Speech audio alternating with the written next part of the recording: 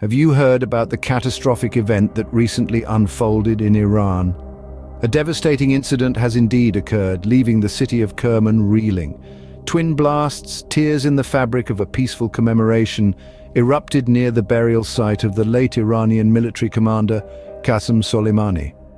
This unfortunate event marked the 4th anniversary of Soleimani's death with tragedy.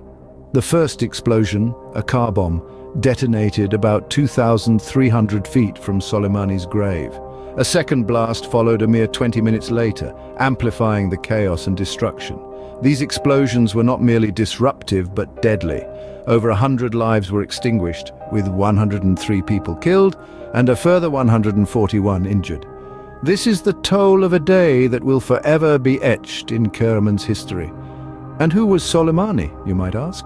He was a high-ranking figure in Iran's military, the head of the Revolutionary Guard's Quds Force, responsible for military operations in Iraq and Syria. His death in 2020 by a US airstrike stirred up a storm that continues to brew, but who could be behind such a heinous act? As the dust settles from the blast, the question on everyone's mind is, who did this? Let's explore some potential culprits. First, we look towards the West. Israel has a history of targeted assassinations in Iran. These operations are typically precise, surgical strikes aimed at eliminating specific individuals, but mass casualty bombings? That's not typically their modus operandi. Moving eastwards, we find Sunni extremist groups. These factions have a history of large-scale attacks in Iran. Unlike Israel, their attacks tend to be more indiscriminate, aimed at sowing chaos and fear. Yet, Kerman, the city where the blasts took place, has largely been unaffected by their violence. We also cannot ignore the internal factors. Iran has a turbulent history of mass protests and attacks by exiled groups. These incidents have been a part of the country's socio-political landscape since the Islamic Revolution in 1979. Could disillusioned factions within the nation be responsible? Each of these potential suspects carries a unique signature in their acts of aggression, a distinct fingerprint left behind at the scene of their crimes. Yet this attack seems to defy these established patterns, leaving us in a fog of confusion and uncertainty. We must remember that the second blast occurred about 15 minutes after the first, a tactic often used by militants to target emergency personnel and cause more casualties.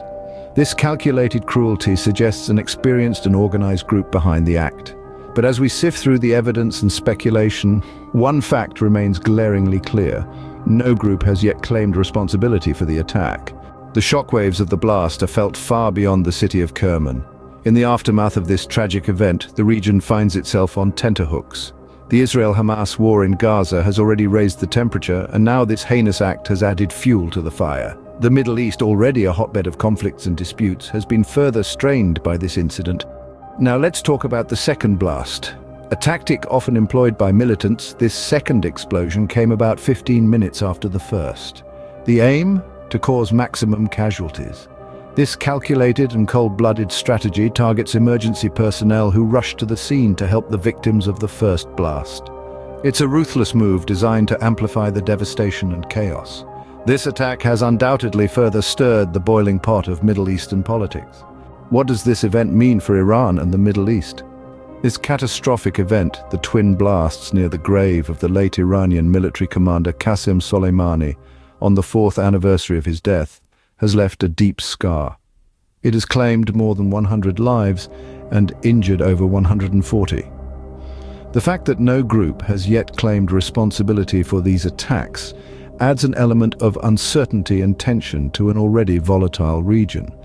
The potential impact on the region's political landscape is profound. These attacks occurred against a backdrop of heightened tensions due to the Israel-Hamas war in Gaza, and they could serve to further inflame the situation. The city of Kerman, the site of these explosions, has been relatively peaceful until now, and this incident might incite further reactions and retaliations. General Soleimani was a significant figure in Iran's military, and his death has always drawn large processions. The past has shown us that such events can turn tragic, as happened in 2020 when a stampede killed 56 people in Kerman. The world watches as Iran responds to this latest tragedy. As we mourn the loss of innocent lives, the world waits with bated breath for the next chapter in this ongoing saga.